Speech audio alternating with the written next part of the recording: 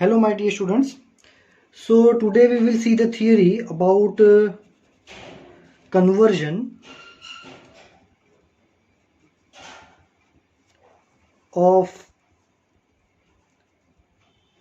galvanometer into ammeter. क्या देखेंगे हम? Conversion of galvanometer into ammeter. अब क्या करेंगे? Let's have an example of a simple circuit. A resistance which is connected to a battery. Ready? A simple device. A battery having voltage V. From the battery the current is passing I. And I need to find potential difference between these two terminals. क्या करना है मुझे? ये दो terminal पे potential difference find करना है. सो जहां पे पोटेंशियल डिफरेंस फाइंड करना है वहां पे वोल्ट मीटर लगाते हैं पैरेलल में. ठीक है, वहां पे क्या करते हैं? वोल्ट मीटर लगाते हैं पैरेलल में. अब हमारे पास अभी तो वोल्ट मीटर है नहीं, अभी तो हमारे पास क्या है? सिर्फ एक गैल्वेनोमीटर ही है. तो यहाँ वोल्ट मीटर की जगह पे मैं क्या लिखता हूँ? गैल्वेनोमीटर का G. ठीक है, so I am using only a galvanometer. Now what kind of problems I am facing while using the galvanometer? Using galvanometer direct as a volt meter. Sorry, theory गलत लिखा है. Galvanometer into volt meter. चलो, तो again मैंने जैसे आपको पहले previously बताया था वैसे कि हर गैल्वेनोमीटर का एक रेजिस्टेंस होता है. सो यहां पे मैं लिखूंगा कि गैल्वेनोमीटर्स रेजिस्टेंस इज RG. गैल्वेनोमीटर का रेजिस्टेंस क्या है? RG. ठीक है, और ये रेजिस्टेंस हमारा है R.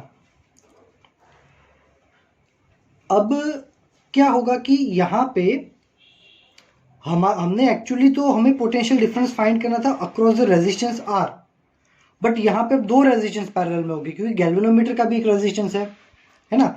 और गैल्वेनोमीटर का रेजिस्टेंस कितना है? मैंने जैसे बताया वैसे RG. अब दोनों पैरेलल में है तो इक्विवेलेंट क्या होगा? इक्विवेलेंट होगा R into RG by R plus RG. ठीक है, तो अब यहां पे मुझे नीड थी सिर्फ R की, तो इसकी जगह पे R लाने के लिए क्या करना पड़ेगा? तो इसकी जगह पे सिर्फ R लाना है तो हमें RG की वैल्यू बहुत बढ़ानी पड़ेगी. RG is greater than R करना पड़ेगा. क्यों? अगर हम गैल्वेनोमीटर ऐसा चूज करते हैं कि उसका रेजिस्टेंस बहुत ज्यादा हो, है ना, गैल्वेनोमीटर का रेजिस्टेंस हमारे रेजिस्टेंस से अगर ज्यादा है, सो in this case our resistance is having very small value, so we can neglect R. हम क्या कर सकते हैं? R को नेग्लेक्ट कर सकते हैं. अब R को नेग्लेक्ट करना है तो यहां पे अगर ये R को नेग्लेक्ट कर देंगे, इसको जो सर्कल किया उसको नेग्लेक्ट कर दो, तो क्या हो जाएगा? RG by RG. तो RG cancel, so finally answer मिल गया R. ठीक है, तो हमारा जो प्रॉब्लम था कि भी हमारी सर्किट में सिर्फ R रेजिस्टेंस ही था, बट गैल्वेनोमीटर डालने से रेजिस्टेंस ये हो गया. तो अब गैल्वेनोमीटर का रेजिस्टेंस हमें क्या करना है? कुछ भी करके ज्यादा कर ले, हम हमारे R की कंपैरिजन में बहुत ज्यादा कर लेंगे तो हमारा इक्विवेलेंट इसमें से डायरेक्ट बन जाएगा R, जो कि हमारा रिक्वायर्ड डिजायर्ड आंसर है.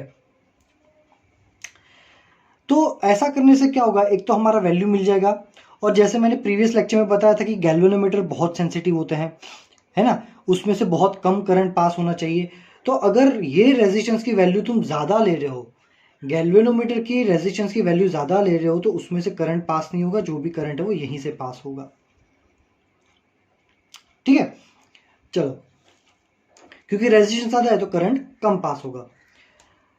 तो हमारे यहाँ पे सारे प्रॉब्लम्स और उसका सॉल्यूशन भी आ जाता है. बट प्रॉब्लम इज दैट कि रेजिस्टेंस का गैल्वेनोमीटर का रेजिस्टेंस इंक्रीज कैसे करेंगे? ये कैसे करेंगे अब?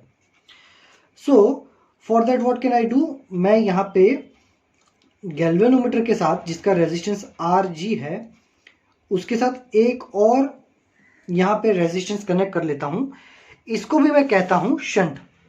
ये रेजिस्टेंस को भी मैं क्या कहता हूँ, शंट कहता हूँ, है ना।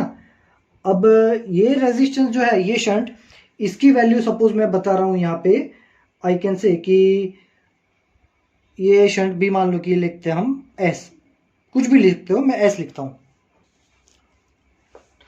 है ना। अब ये एस की वैल्यू बहुत ज़्यादा लेनी है, क्यों? क्योंकि अगर एस की वैल्यू ज़्यादा होगी और ये दोनों सीरीज में है, तो सीरीज में इक्विवेलेंट रेजिस्टेंस कितना होगा? सीरीज में इक्विवेलेंट हो जाएगा आर जी प्लस एस। तो तुम्हारा जो भी इक्विवेलेंट है वो आर जी प्लस एस हो जाएगा, उसमें एस की वैल्यू तो बहुत ज़्यादा है ना। तो हमारा टोटल जो रेजिस्टेंस है वो बढ़ जाएगा। तो ये पूरा हमारा हो गया क्या, ये डिवाइस हमारी हो गई वोल्ट मीटर। तो वोल्ट मीटर बेसिकली क्या है? वोल्ट मीटर गैल्वेनोमीटर ही है जिसमें शंट सीरीज में लगा हुआ है। तो इसका अब हम फॉर्मूला देखते हैं कि भाई ये शंट की वैल्यू कितनी होनी चाहिए। चलो सपोज ये दो पॉइंट है हमारे ए और बी, ठीक है, और गैल्वेनोमीटर से जो करंट पास होता है उसको क्या लिखते हैं हम, आई जी, ठीक है। चलो अब let's apply Kirchhoff second rule for A to B branch. तो ए से स्टार्ट कर रहे हैं, तो यहां पे हो जाएगा V A minus R G I G minus S I G is equal to V B, है ना, क्योंकि पूरे में से एक ही करंट पास हो रहा है, वो कितना है, I G. So it will give you V A minus V B is equal to R G I G plus S I G, ठीक है। V A minus V B is your net potential difference. ये जो आपको potential difference find करना था ना यहाँ पे, ये वो पोटेंशियल डिफरेंस फाइंड किया है। इसमें जो ए बी है ना, वो हमारे ये पॉइंट है ए और बी, ठीक है। ये गैल्वेनोमीटर है, पर गैल्वेनोमीटर की जगह अब हम क्या यूज कर रहे हैं, वोल्ट मीटर। तो वोल्ट मीटर क्या होता है, उसके अंदर गैल्वेनोमीटर और एक रेजिस्टेंस होता है सीरीज में, तो ये हमारा है पूरा वोल्ट मीटर। चलो तो ये जो हमें वोल्टेज पोटेंशियल डिफरेंस फाइंड करना था, वो इसको हम बोल देते हैं V, और इसमें से हम कॉमन निकालते हैं IG। तो क्या हो जाएगा, आर जी प्लस एस। तो V by I G is equal to R G plus S. This will give you S is equal to V by I G minus R S, sorry R G, ठीक है। तो ये रहा कि भाई galvanometer को अगर वोल्ट मीटर में कन्वर्ट करते हैं, तो जो शंट हमें सीरीज में कनेक्ट करना पड़ता है वो कितनी वैल्यू का हम कनेक्ट कर सकते हैं, वो फाइंड करने की फॉर्मूला। नीट लेवल का ये क्वेश्चन है, थ्योरी फॉर्मूला है, टेक्स्ट बुक में आपको कहीं नहीं दिया होगा। टेक्स्ट बुक में आपको मैंने प्रीवियस लेक्चर्स में से टिक करवाया था कि क्या अगर गैल्वेनोमीटर इंटू ए मीटर पूछते हैं तो क्या लिखना है, गैल्वेनोमीटर का वोल्ट मीटर पूछते हैं तो क्या लिखना है, वो सब मैंने आपको अलग से टिक करवाया है, ठीक है। चलो अब आगे बढ़ते हैं, हमारा last example 4.13।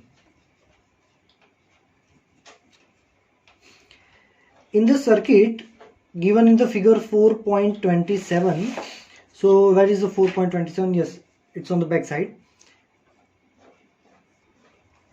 Let me draw the circuit. This is the 3 ohm and a ammeter, a 3 volt battery.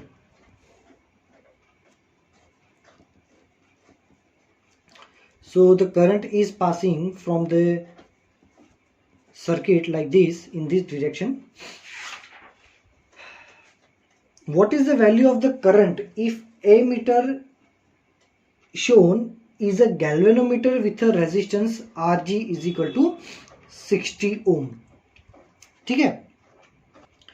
So in case number 1 we have given a galvanometer, ammeter की जगह हम पहले यूज करते हैं galvanometer, जिसका रेजिस्टेंस हमें दिया है 60 ओम।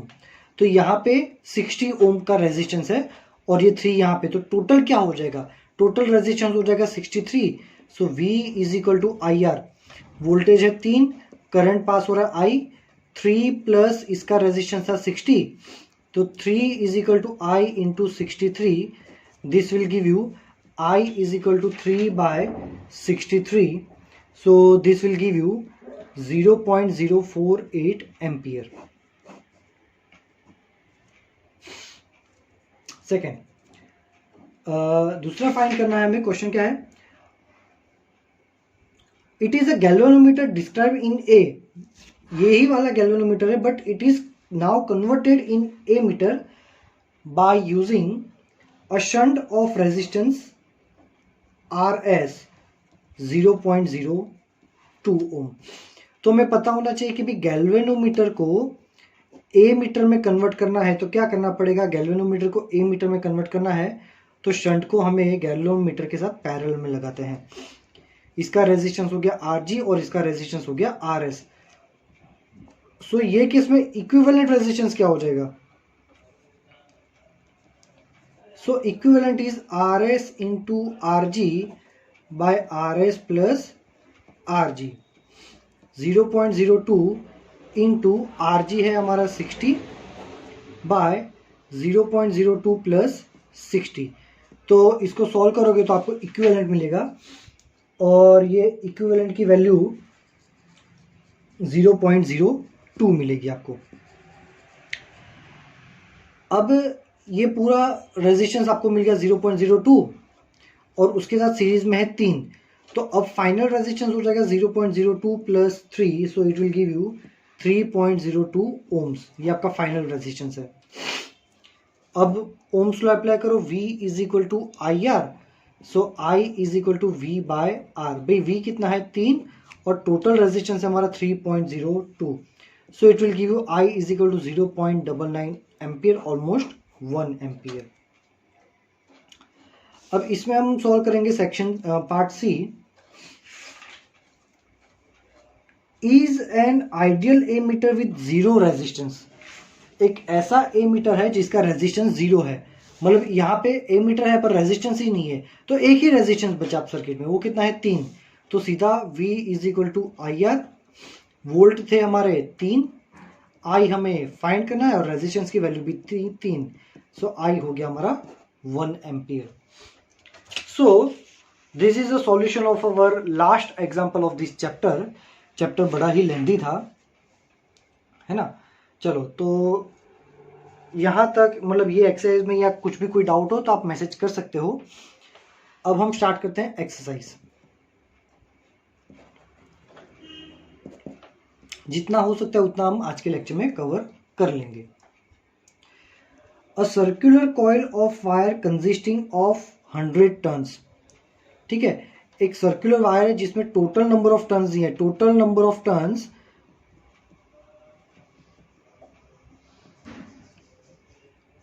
Is denoted by capital N और वो दिए हैं 100। रेडियस हमें दिया हुआ है R, 8 centimetre means 8 into 10⁻² metre, carries a current of 0.40 ampere. What is the magnitude of magnetic field at the centre of the coil. Centre पे मैग्नेटिक फील्ड फाइंड करना है। भाई सेंटर पे मैग्नेटिक फील्ड का फॉर्मूला हमें पता है, μ0Ni/2R। μ0 की वैल्यू होती है 4 pi into 10⁻⁷। Number of turns आपको दिए हुए 100, करंट की वैल्यू है 0.40 और 2 रेजिस्टेंस की वैल्यू है 8 into 10⁻²। So this is given by b centre, सो ये हो गया 3.14 इंटू 10⁻⁴ टेस्ला, ठीक है। This is the magnetic field on at this centre. अब क्वेश्चन नंबर 2, चलो। A long straight wire carries a current of 35 ampere. You have a very long straight wire and the wire is carrying the current I is equal to 35 ampere. What is the magnitude of the B means magnetic field eight a point 20 centimetre from the wire, ये wire से 20 centimetre distance पे एक point P है, यहाँ पे magnetic field कितना होगा।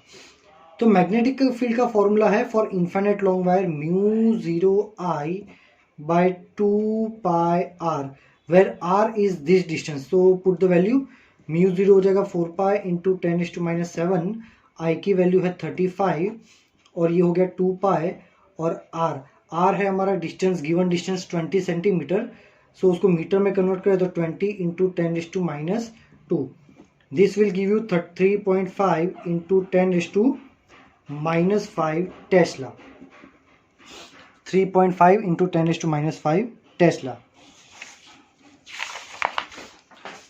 चलो next, sum number 3, a long straight wire in the horizontal plane, ये horizontal plane है, ठीक है, carries a current of 50 ampere in north to south direction, ठीक है।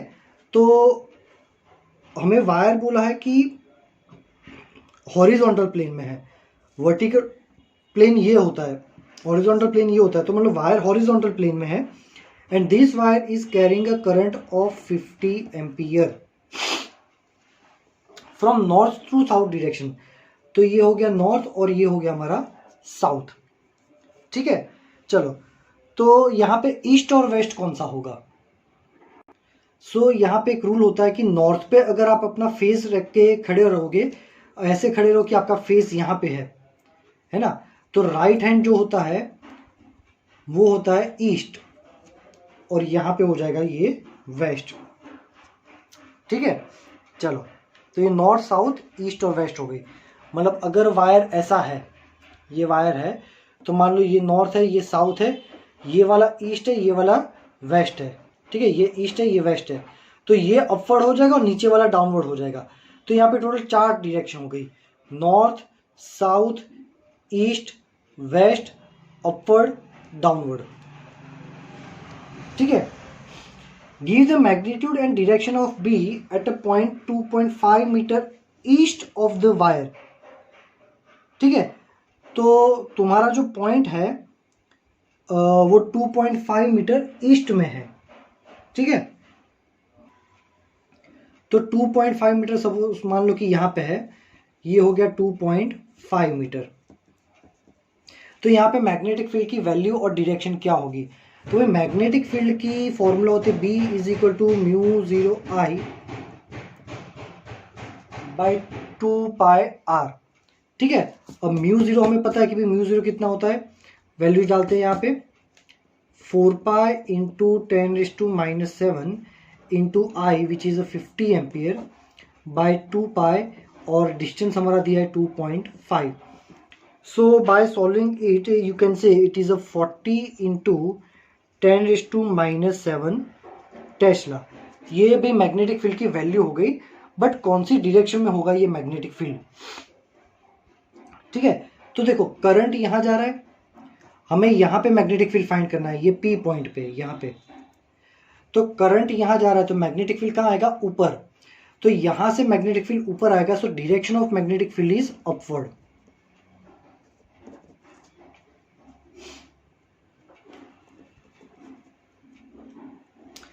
चलो sum number 4, a horizontal overhead power line carries a current of 90 ampere in east to west direction, ठीक है।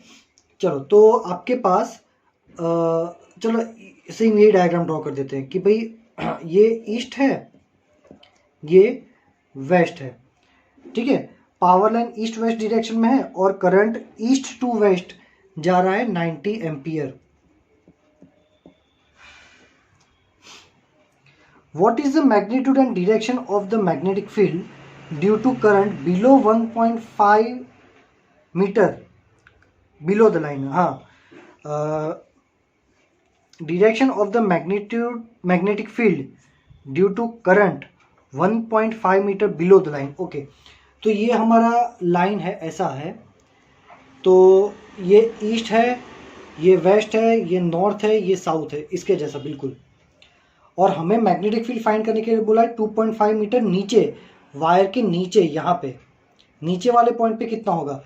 Formula तो सेम अप्लाई होगा, B is equal to mu 0I by 2πr। तो mu 0 है 4π into 10⁻⁻⁷, I है हमारा 90 ampere by 2π and distance is 2.5। So magnetic field is given by 120 into 10⁻⁻⁷ tesla. Ready, this is the magnetic field. अब direction कौन सी होगी, तो अगर यहाँ पे तुम करंट पास कर रहे हो, ठीक है, यहाँ पे अगर तुम करंट पास करो, right hand thumb rule apply करो, तो मैग्नेटिक फील्ड नीचे जो है just below the wire, magnetic field ऐसे जाएगा ये डायरेक्शन में। तो वो डायरेक्शन कौन सी हो जाएगी, साउथ एंड नॉर्थ। तो हमारी मैग्नेटिक फील्ड जो है वो इन साउथ डायरेक्शन होगा।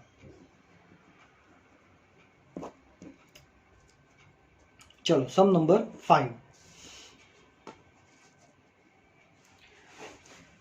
What is the magnitude of magnetic force per unit length, मतलब आपको फोर्स पर लेंथ फाइंड करने के लिए बोला है।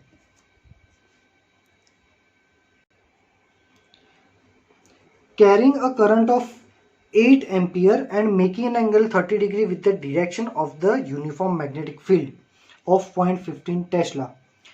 मतलब कि मान लो कि मैग्नेटिक फील्ड ऐसा है और मैग्नेटिक फील्ड की वैल्यू दी रखी है हमें 0.15 tesla, and wire, current carrying wire is placed like he the wire making the angle of 30 degree. Ready, चलो करंट पास हो रहा है इसमें से 8 ampere.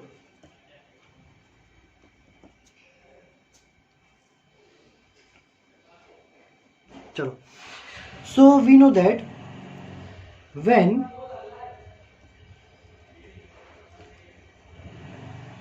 current carrying wire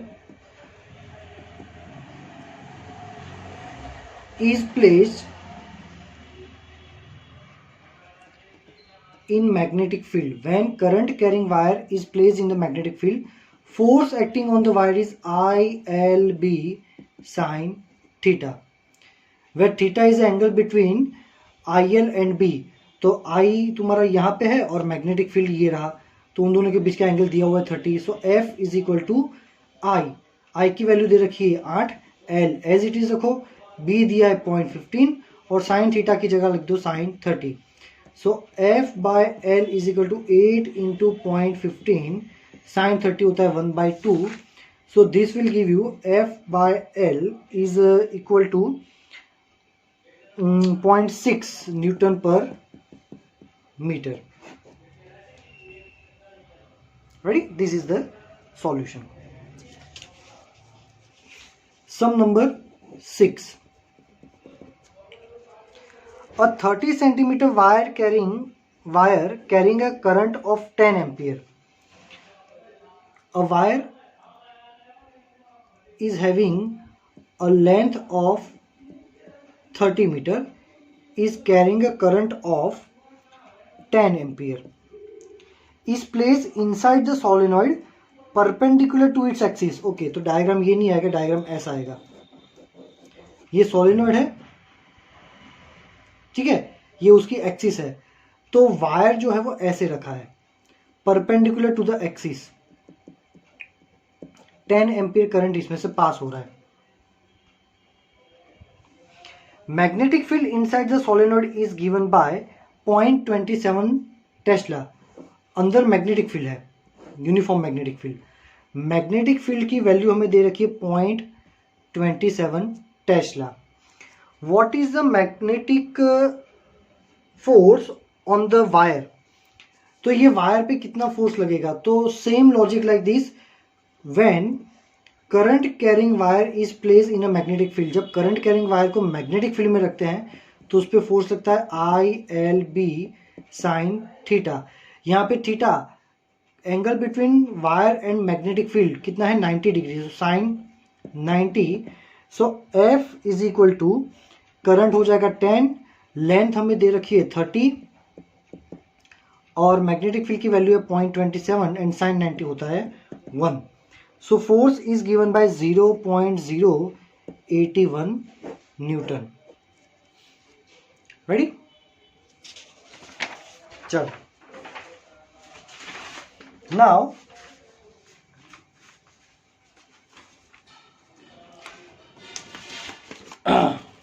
next numerical exercise, numerical number 7.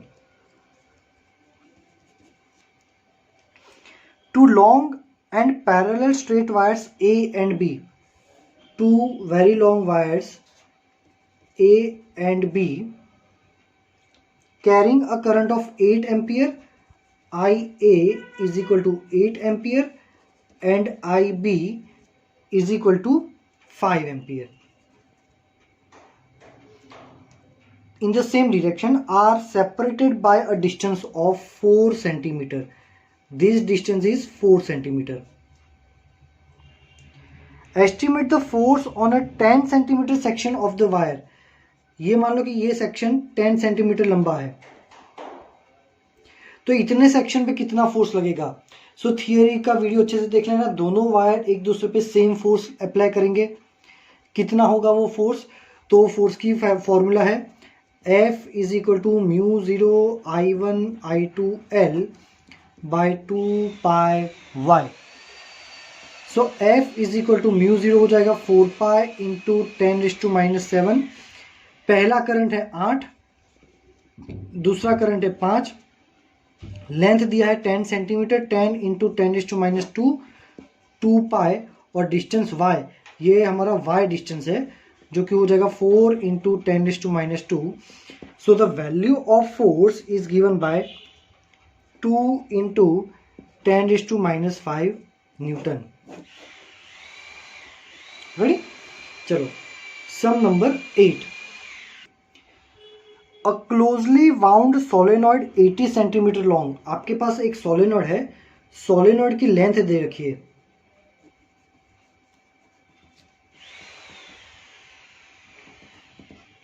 कितनी है? 80 सेंटीमीटर. Means 80 into 10⁻⁻2 metre. ठीक है. Has a 5 layers of winding of 400 turns. मतलब कि सोलेनॉइड पे ऐसे वायरिंग होती है ना, तो एक लेयर में 400 टन है, ऐसे 5 लेयर है. So total number of turns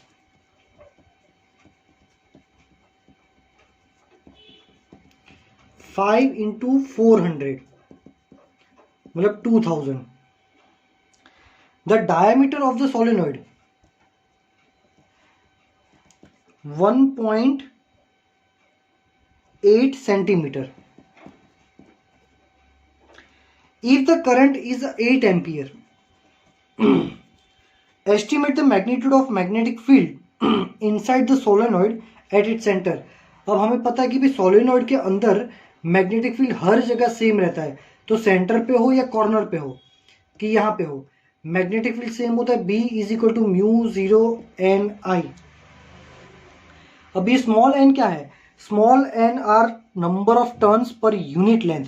उसका एक फॉर्मूला था जो मैंने थियरी में पढ़ाया था, total number by length. So B is equal to mu 0 total number by length. Values डाल दो 4 pi into 10⁻⁷. Total numbers are given by 2000.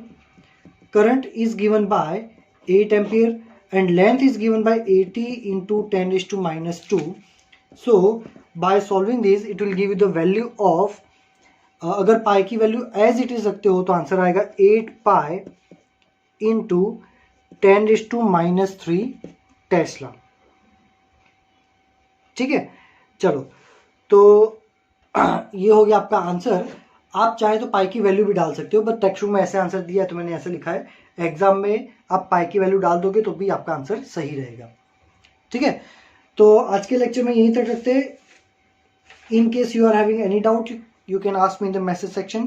Thank you very much, my dear students.